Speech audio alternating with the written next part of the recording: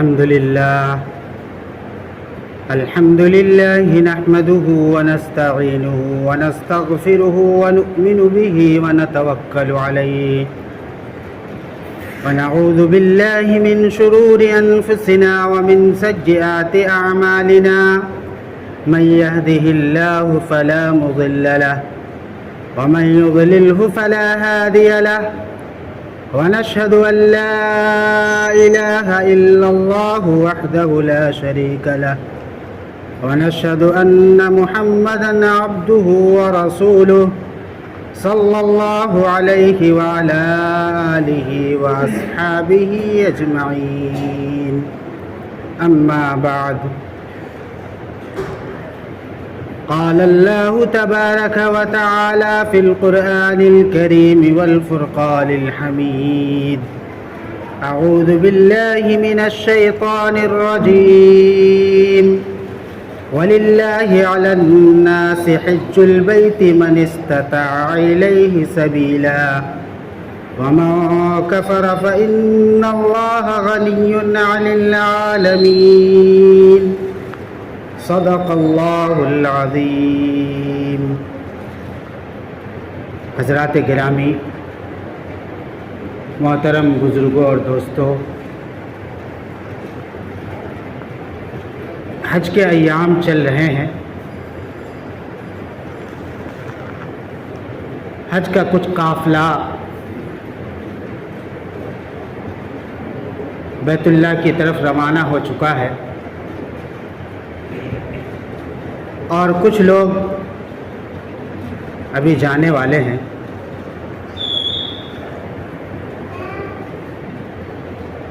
حج کے ایام میں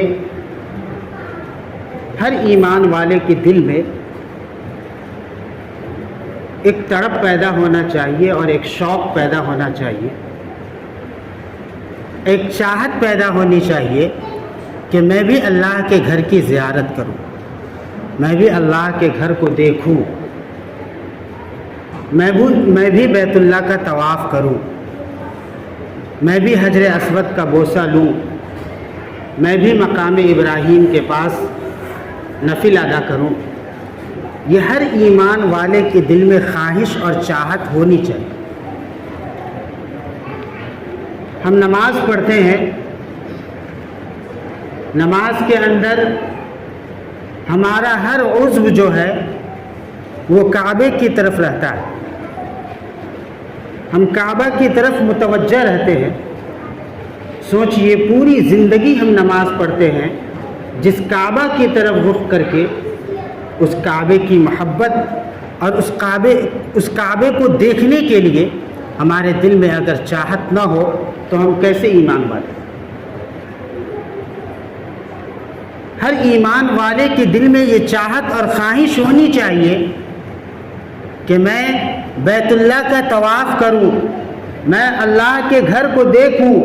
میں حج کروں۔ حج صرف پیسوں سے نہیں ہوتا، حج جو ہے وہ صرف پیسوں سے نہیں ہوتا۔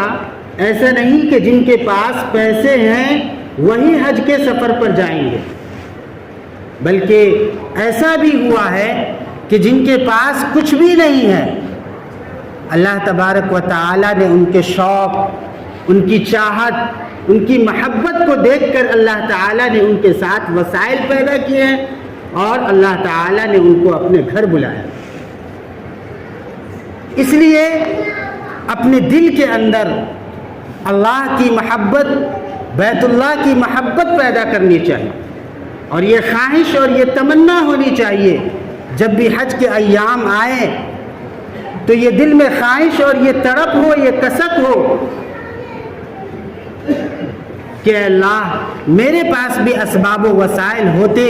تو میں بھی کیا کہتے ہیں کہ تیرے گھر کی زیارت کرتا اور تیرے گھر کو دیکھتا۔ اور جو لوگ حج کے لیے جا رہے ہیں ان کو محبت کے ساتھ رخصت کرنی چاہیے، اور جب وہ حج سے واپس آئے تو حسرت کے ساتھ ان کا دیدار کرنی چاہیے کہ میں تو بیت اللہ نہیں جا سکا، میں تو اللہ کے گھر کو نہیں دیکھ سکا، کم سے کم اس نگاہوں کو دیکھ لیتا ہوں، اس چہرے کی زیارت کر لیتا ہوں، اس سراپا کو دیکھ لیتا ہوں جن آنکھوں نے بیت اللہ کو دیکھا ہے، جن آنکھوں نے مدینہ منورہ اور کعبۃ اللہ کو دیکھا ہے۔ یہ حسرت ہونی چاہیے۔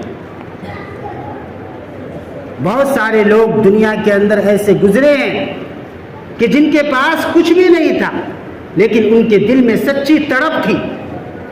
اور محبت تھی، اور اللہ تبارک و تعالی نے ان کو اپنے گھر بلا لیا، ان کو اپنے گھر بلا لیا۔ میرے محترم بزرگوں اور دوستوں، اس کی کئی مثالیں اور کئی واقعات جو ہے وہ آپ کو ملیں گے۔ اگر ان واقعات کو بیان کیا جائے تو ایک لمبا وقت چاہیے اس کے بیان کے لیے۔ لکھا ہے کہ ایک اللہ والے تھے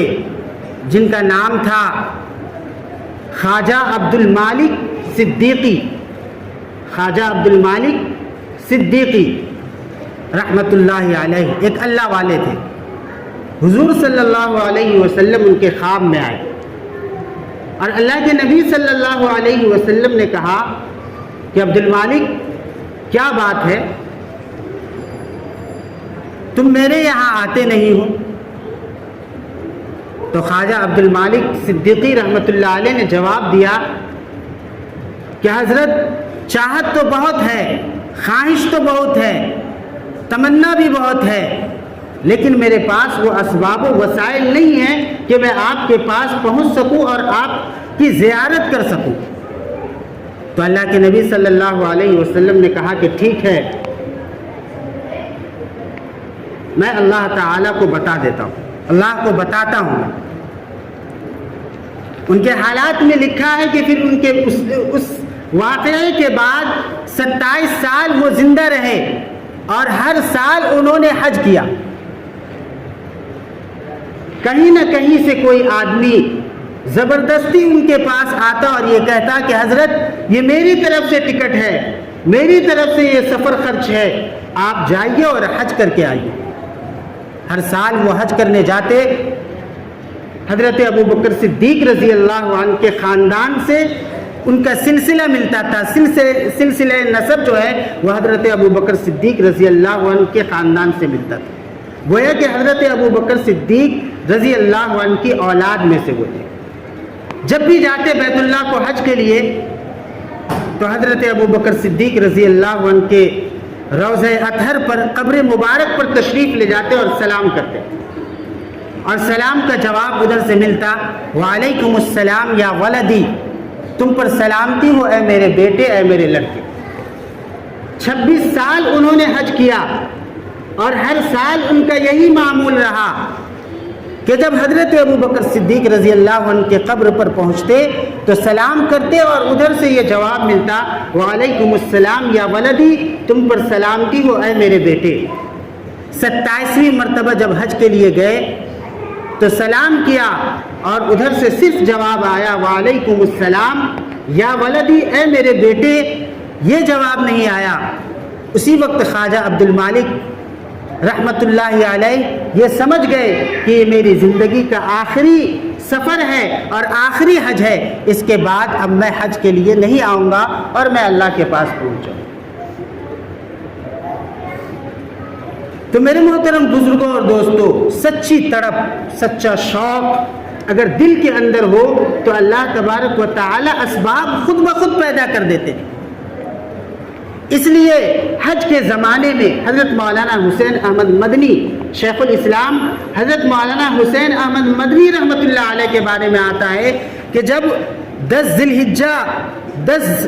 الحجہ کے جو ایام ہوتے ہیں، ذی الحجہ کی 1 تاریخ سے لے کر کے 10 ذی الحجہ کے جو دن ہوتے ہیں، ان دنوں میں حضرت مولانا حسین احمد مدنی رحمۃ اللہ علیہ انتہائی غمزدہ رہا کرتے تھے، انتہائی غمزدہ رہا کرتے تھے اور یکسوئی اختیار کرتے تھے اور توجہ الی اللہ، اللہ کی طرف متوجہ اور رجوع الی اللہ کا غلبہ ہوا کرتا تھا۔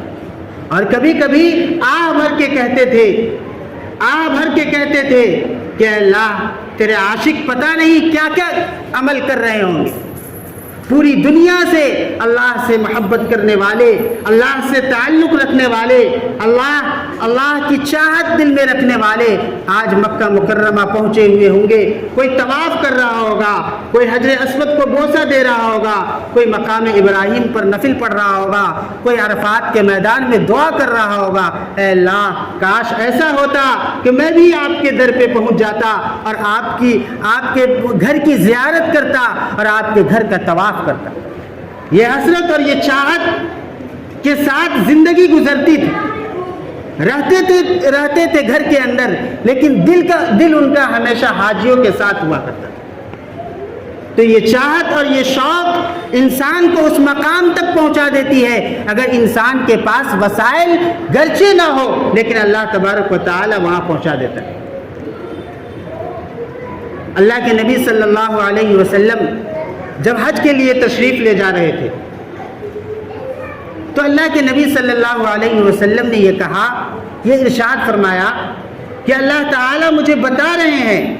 کہ اے میرے محبوب یہ فلاں راستہ ہے۔ اس راستے سے حضرت موسیٰ علیہ السلام لبیک اللہم لبیک کہتے ہوئے حج کرنے کے لیے گئے تھے۔ یہ وہ راستہ ہے جس سے حضرت عیسیٰ علیہ السلام لبیک اللہم لبیک کہتے ہوئے حج کے لیے تشریف لے گئے تھے۔ وہ راستہ ہے جہاں سے حضرت آدم علیہ السلام لبیک اللہم لبیک کہتے ہوئے حج کے لیے تشریف لے گئے تھے۔ گویا کہ تمام انبیاء کرام کے بارے میں اور تمام انبیاء کرام کے تعلق سے اللہ کے نبی صلی اللہ علیہ وسلم کو اللہ تعالی نے بتلا دیا کہ کس نبی نے کس طریقے سے اور کس راستے سے لبیک اللہم لبیک کہتے ہوئے اللہ کے حضور اور اللہ کے گھر کی زیارت اور اللہ کے گھر میں پہنچے۔ جس طریقے سے ہم موبائل میں ویڈیو بناتے ہیں نا، 5 سال پرانی ویڈیو، 10 سال پرانی ویڈیو جب ہم دیکھتے ہیں تو تعجب کرتے ہیں کہ یہ وہی ویڈیو ہے، اس وقت ہم کیا کر رہے تھے، اس وقت ہم کیا عمل کر رہے تھے۔ اللہ تبارک و تعالی نے وہ ساری ویڈیو اللہ کے نبی صلی اللہ علیہ وسلم کے سامنے ظاہر کر دیا اور اللہ کے نبی صلی اللہ علیہ وسلم کو دکھا دیا کہ فلاں نبی کس طریقے سے لبیک اللہم لبیک کہتے ہوئے بیت اللہ کو جا رہے ہیں۔ اللہ کے نبی صلی اللہ علیہ وسلم جب معراج پر گئے، وہاں سے نماز کا تحفہ ملا، اور جب آپ نیچے تشریف لائے، آسمان پر تشریف لائے، تو حضرت موسیٰ علیہ السلام سے ملاقات ہوئی۔ آپ لوگ جانتے ہیں اس بات۔ حضرت موسیٰ علیہ السلام نے کہا کہ اللہ کے محبوب، اللہ کے حبیب، کیا تحفے میں کیا ملا؟ تو اللہ کے نبی صلی اللہ علیہ وسلم نے کہا کہ 50 وقت کی نماز کا تحفہ ملا۔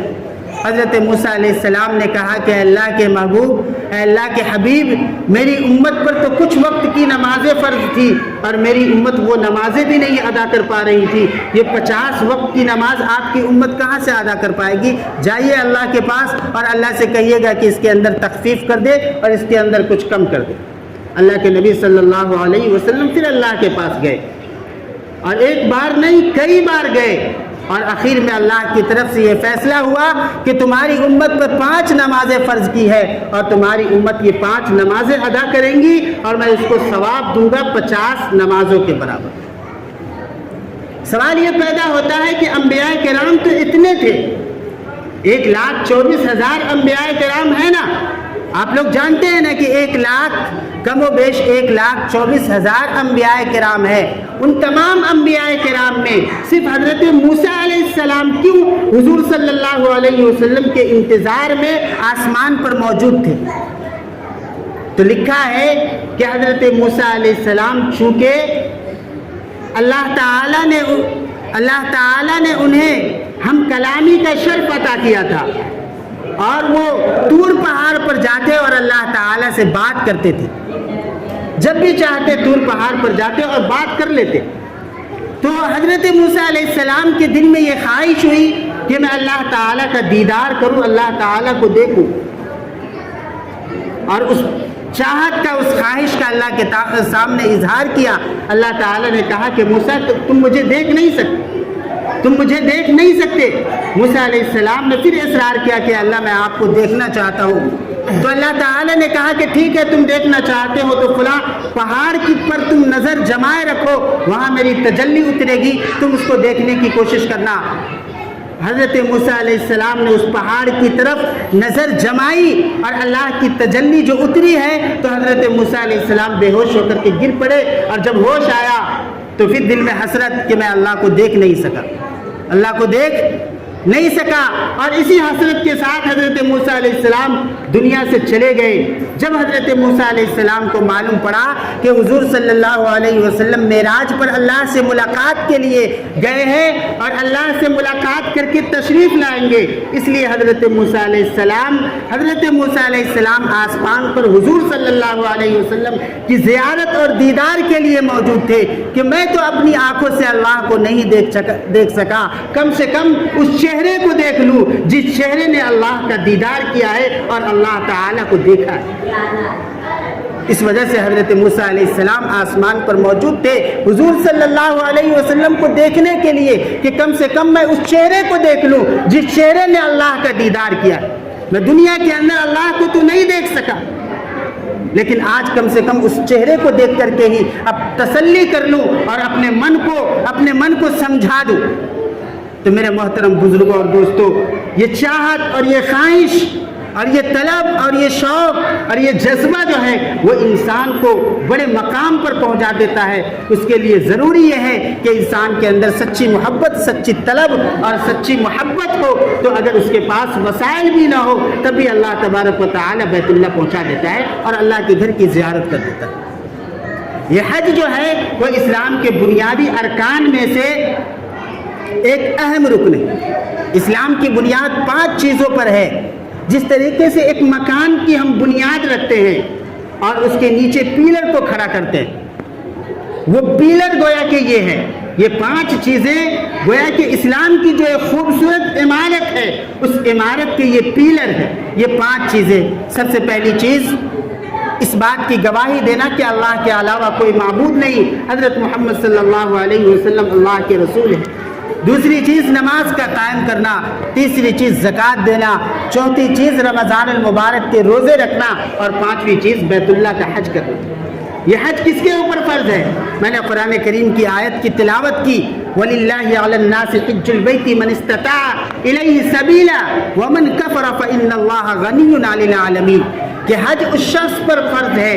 جو وہاں تک پہنچنے کا، جو بیت اللہ تک پہنچنے کا جس کے پاس کرایہ موجود ہے، جس کے پاس بیت اللہ تک پہنچنے کا، آنے اور جانے کا کرایہ موجود ہو، اور وہاں جتنے دن وہ رہے گا اس زمانے میں کھانے پینے کا پیسہ اس کے پاس، روپیہ جو ہے اس کے پاس موجود ہو، اور اس کے ماتحتی میں جو بچے ہیں، بیوی بچے ہیں یا ماں باپ ہیں، اس کا خرچ ان ایام میں، ان دنوں میں وہ خرچ جو ہے وہ اس کے پاس موجود ہو، بچوں کے پاس بچوں کے لیے خرچ موجود ہو، تو ایسے آدمی کے اوپر جو ہے وہ حج فرض ہو۔